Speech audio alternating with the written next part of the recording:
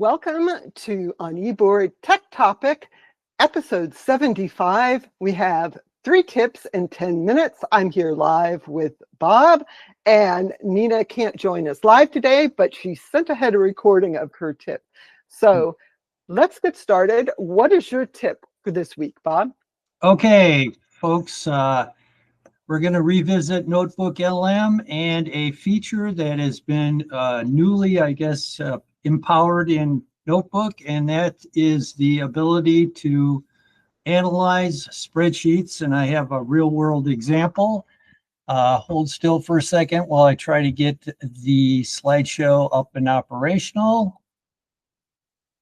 And here we go. And oops. Can you see that okay, Peggy? Nope. Not yet. Okay. Oh, I see.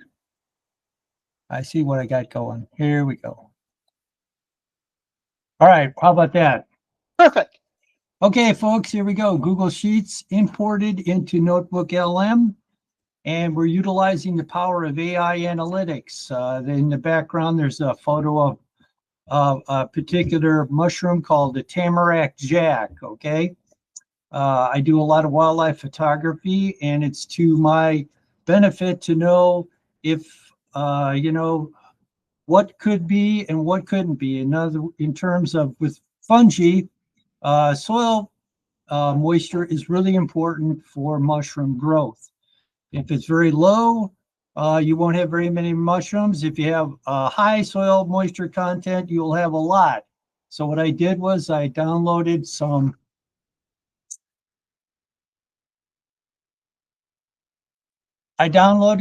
data from the official. Montana has several of these stations across the state for measuring precipitation and soil moisture at different depths. That's the spreadsheet to the left. Oh, excuse me, let me go back one here.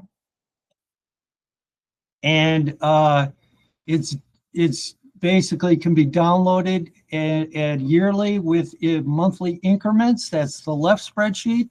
And the right spreadsheet is the number of photographs I've taken during September, October, and November of 2017 through 2025. The Montana data is from late 2016 to 2025. And what I did was I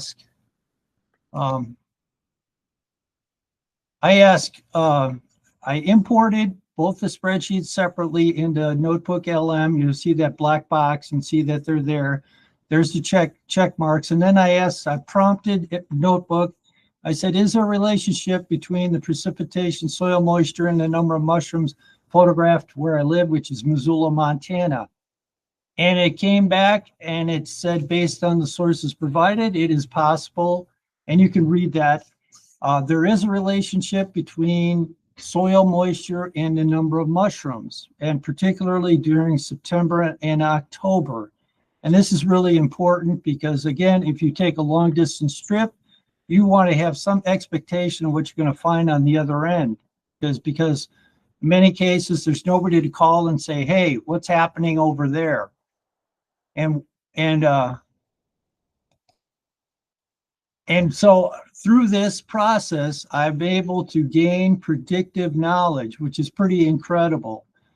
So what happened is that the AI basically gave me a summary that, hey, the peak counts are usually associated with significant increases in soil moisture, particularly at 10 centimeter depth, which is about 4 inches.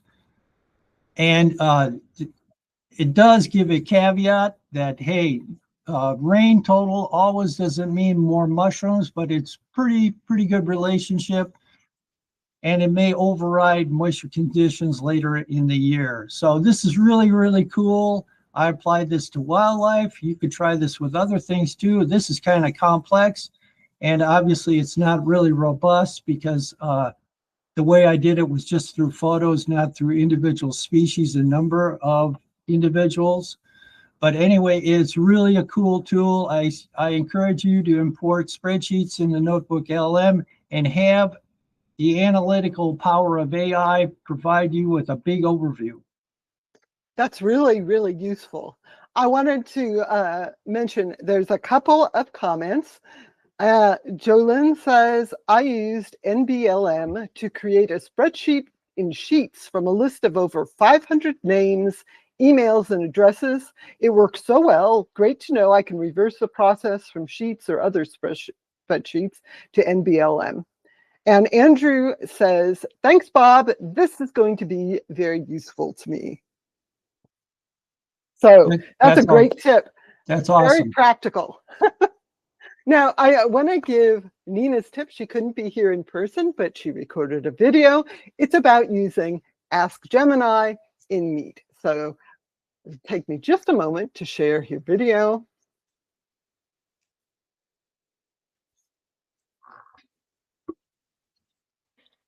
And functionality in Google Meet, Ask Gemini.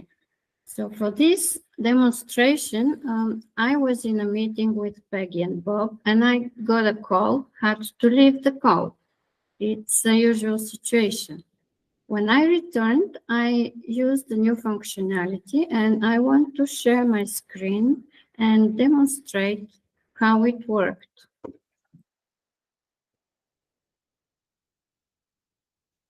So this is the transcript of the conversation. It take notes for me. And here's the summary I will read. It's a Halloween discussion. Peggy and Bob discussed Halloween. Bob mentioned they're prepared with lights for their stairs to prevent falls. They also discussed the decreasing number of trick-or-treaters and the perceived safety concerns, as well as alternative trick-or-treating events with trick-or-trunk at schools. Peggy noted there are fewer children in the neighborhood. At Nina's return, Peggy mentioned Nina was coming back to demonstrate Gemini. So you see, I asked Peggy and Bob if that is the accurate summary of the conversation, and they found it pretty impressive. Use the new functionality, Ask Gemini, in your Google Meet meetings. That will keep you safe when being late or having to leave and return, and in other situations. Thank you for your attention. Check the link for how to use Ask Gemini in Google Meet.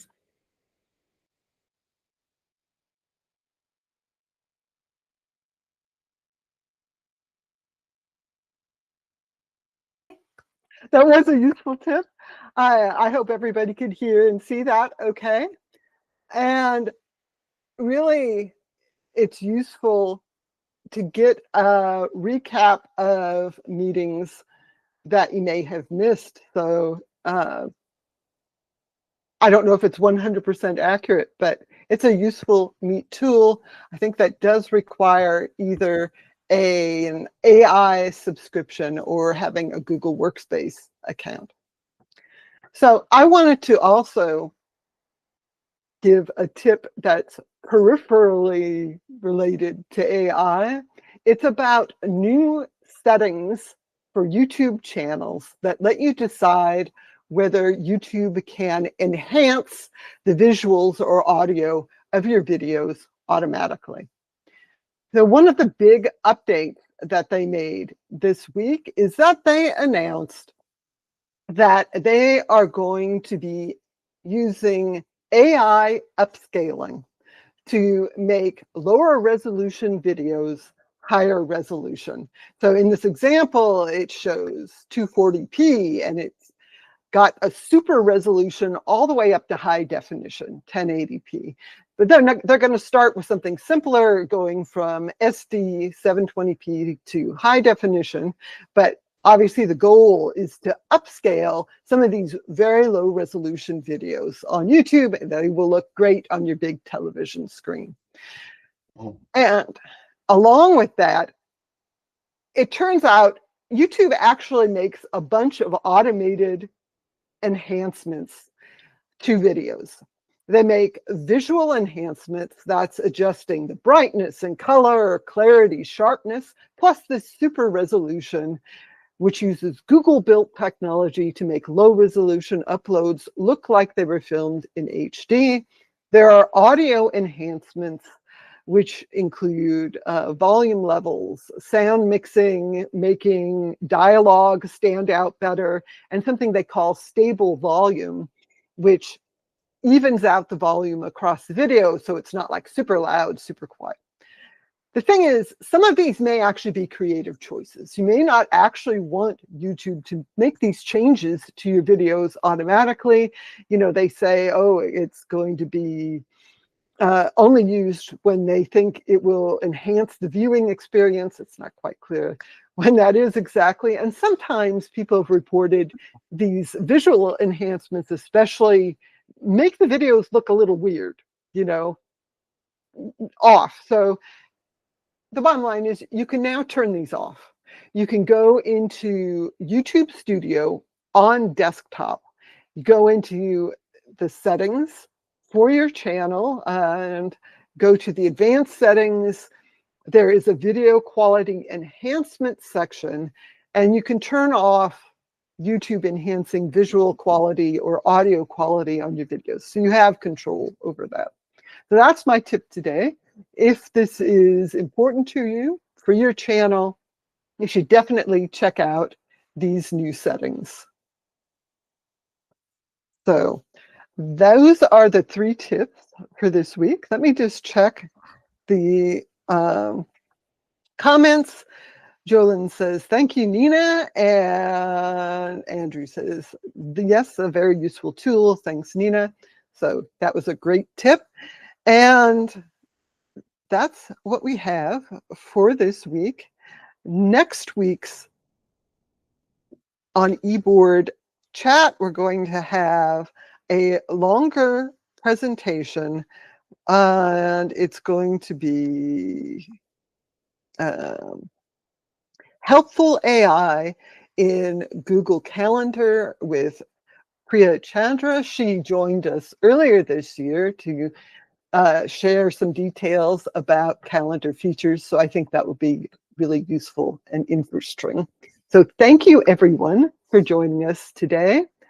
And we will see you all next week. All right. Bye-bye, everyone. Have a great weekend.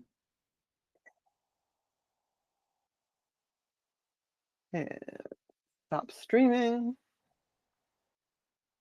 Stop recording.